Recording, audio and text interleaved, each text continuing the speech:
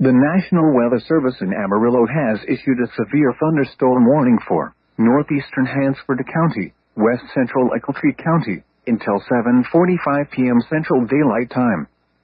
At 7:06 p.m. Central Daylight Time, a severe thunderstorm was located 5 miles west of Waka, or 7 miles north of Spearman, moving northeast at 35 miles per hour. This is a destructive storm for northeast Hansford and northwest Ochiltree. Hazard, baseball-size hail and 60 miles per hour wind gusts. Source, radar indicated.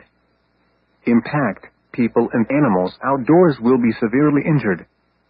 Expect shattered windows, extensive damage to roofs, siding, and vehicles. Locations impacted include Spearman, Waka, Groover, and Farnsworth.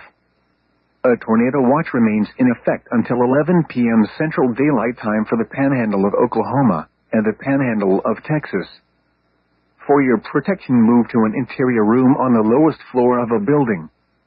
Repeating, a severe thunderstorm warning has been issued until 7:45 p.m. Central Daylight Time for the following counties in Texas, Hansford and Ochiltree.